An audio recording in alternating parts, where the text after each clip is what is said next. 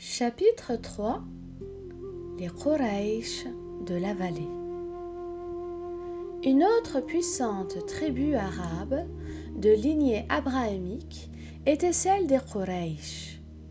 Vers l'an 400 de l'ère chrétienne, un Qurayshite nommé Qusay épousa une fille de Hulayl, qui était alors le chef des Khuza'a.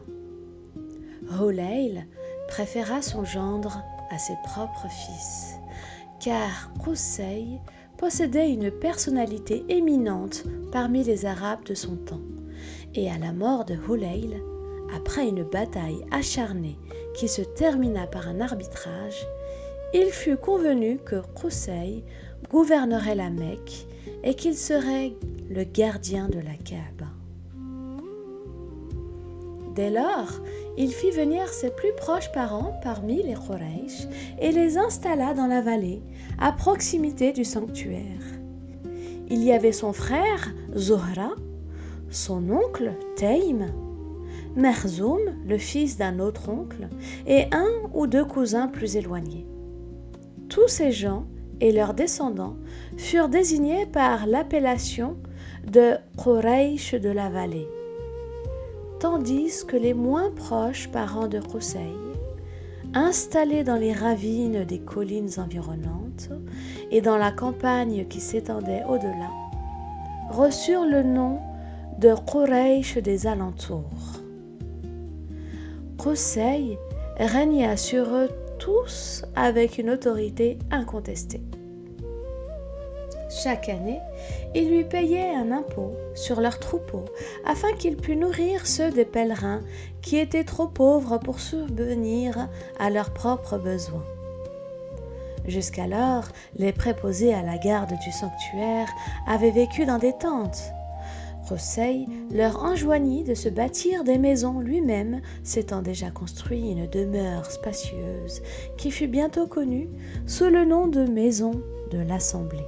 Alors que tout paraissait harmonieux, des germes de discorde ne tardèrent pas à être semés. Une caractéristique du lignage de Qusay est qu'il a toujours fourni, à chaque génération, un homme qui se distinguait nettement des autres. Parmi les 4 fils de Qusay, cet homme fut Abd Manaf, que l'on honorait déjà du vivant de son père. Or, Qusay avait une préférence marquée pour son premier-né, Abd ad-Dar, qui était pourtant le moins doué de tous. Peu de temps avant sa mort, il lui dit : « Mon fils, je te placerai au même rang que les autres, même si les gens honorent ceci davantage. Nul n'entrera dans la Kaaba si tu ne lui donnes accès.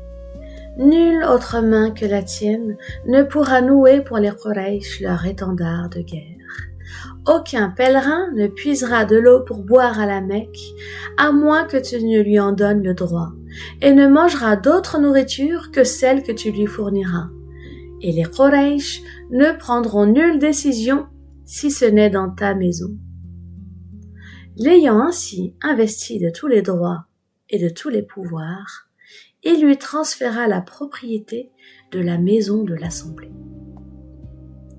Par piété filiale, Abd Manaf accepta sans discussion les volontés de son père. Mais à la génération suivante, la moitié des Quraysh se rassemblèrent autour du fils de Abd Manaf, Hashim, qui était manifestement l'homme le plus remarquable de son temps, et demandèrent que les droits fussent transférés du clan de Abd ad-Dar à celui de Hashim. Les partisans de Hashim et de ses frères étaient les descendants de Zuhra et de Taym, ainsi que tous les descendants de Qusay, à l'exception de ceux de la branche aînée. Les descendants de Makhzoum et des autres cousins éloignés soutenaient que les droits devaient demeurer à la famille de Abd ad-Dar. Les esprits commencèrent à s'échauffer, au point que les femmes du clan de Abd Manaf apportèrent une coupe pleine d'un parfum précieux et la placèrent auprès de la Kaaba. Hachim, ses frères et tous les partisans y trempèrent les mains et jurèrent solennellement qu'ils ne s'abandonneraient jamais, frottant leurs mains enduites de parfum sur les pierres de la Kaaba afin de sceller leur pacte. C'est ainsi que ce groupe de clans reçut l'appellation de gens du parfum, tandis que les alliés de Abd ad-Dar, qui avaient de même prononcé un serment d'union, furent appelés les confédérés. Toute violence était strictement interdite, non seulement dans le sanctuaire lui-même, mais également sur un territoire qui couvrait plusieurs kilomètres autour de la Mecque. Les deux groupes étaient donc sur le point de quitter cette enceinte sacrée pour se livrer une lutte à mort, lorsqu'un compromis fut suggéré et que l'on aboutit à un accord. Les fils de Abd Manaf auraient le droit de prélever l'impôt et de donner à manger et à boire aux pèlerins, tandis que les fils de Abd ad-Dar garderaient les clés de la Kaaba et leurs autres droits, et que leur maison continuerait d'être la maison de l'assemblée. Les frères de Hachim convinrent de lui confier la charge de nourrir les pèlerins. Chaque année, lorsqu'approchait l'époque du pèlerinage, il avait coutume de se lever au milieu de l'assemblée et de déclarer « Ô gens des Quraysh, vous êtes les voisins de Dieu, le peuple de sa maison.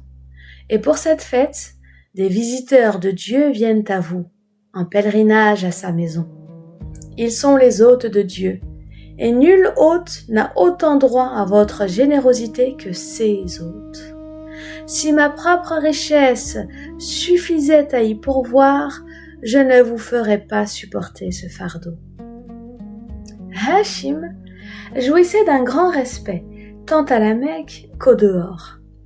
Ce fut lui qui établit les deux grands itinéraires caravaniers partant de la Mecque, la caravane d'hiver à destination du Yémen et la caravane d'été dirigée vers le nord-ouest de l'Arabie et par-delà jusqu'en Palestine et en Syrie, qui formait alors une province de l'Empire romain placée sous domination byzantine.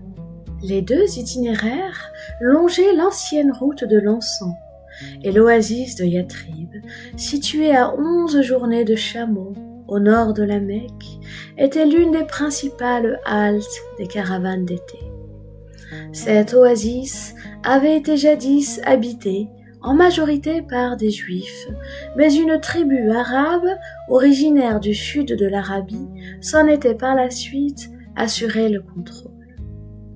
Les Juifs n'en continuaient pas moins à y vivre de façon très prospère et à participer à la vie publique tout en pratiquant leur propre religion. Quant aux Arabes de Yathrib, ils possédaient certaines traditions matriarcales et on les désignait collectivement comme les descendants de Qaïla, nom de l'une de leurs aïeules.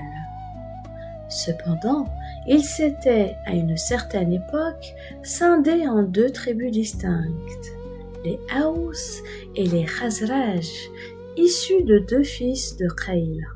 L'une des femmes les plus influentes de Khazraj était Selma, fille de Amr du clan de Najjar, et Hachim la demanda en mariage.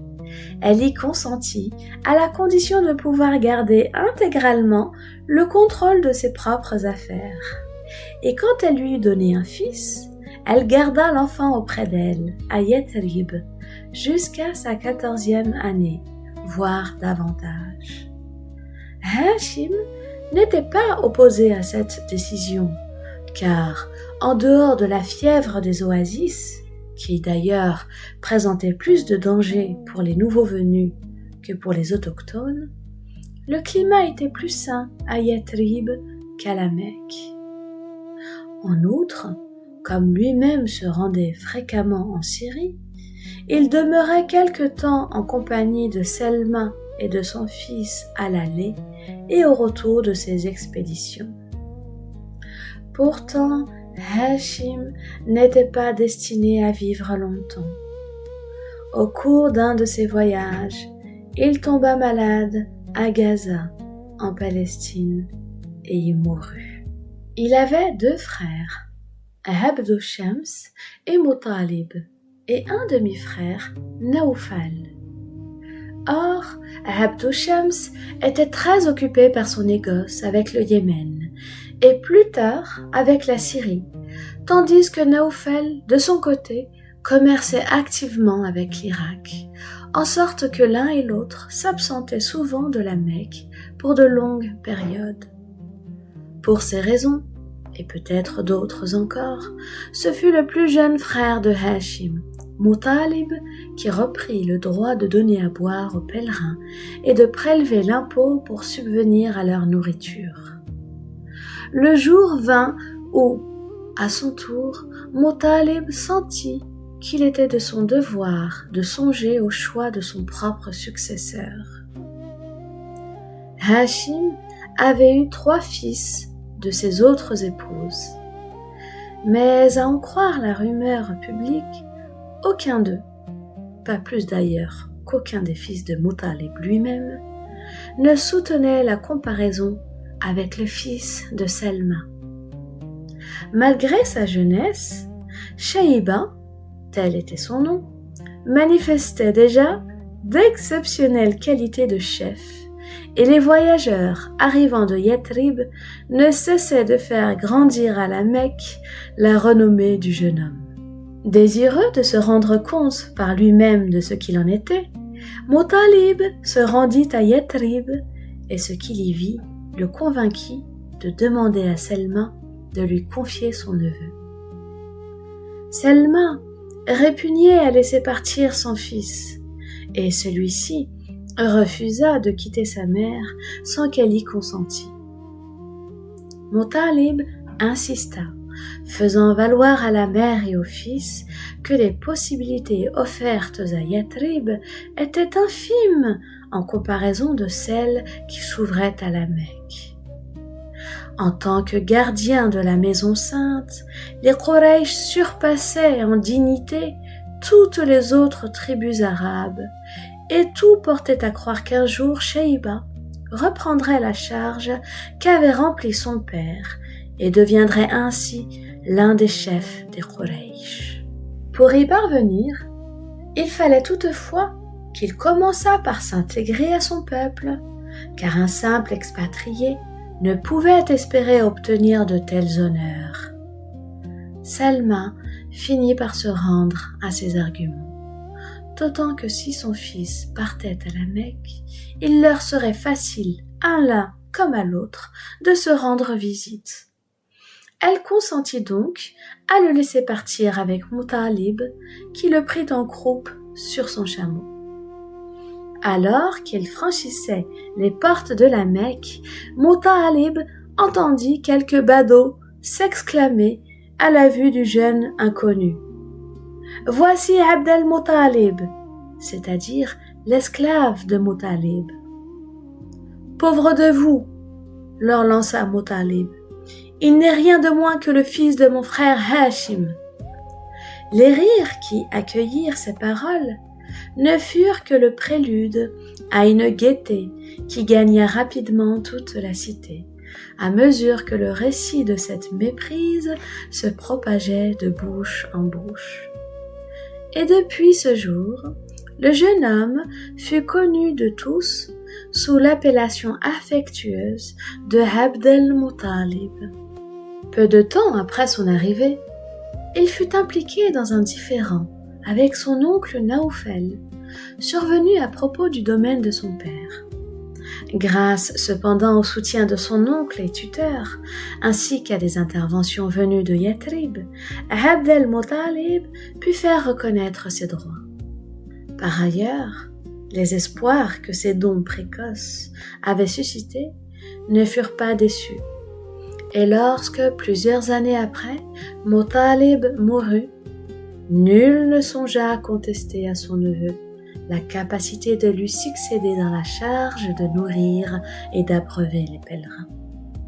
On dit même qu'il aurait surpassé tant son père que son oncle dans l'accomplissement de cette tâche.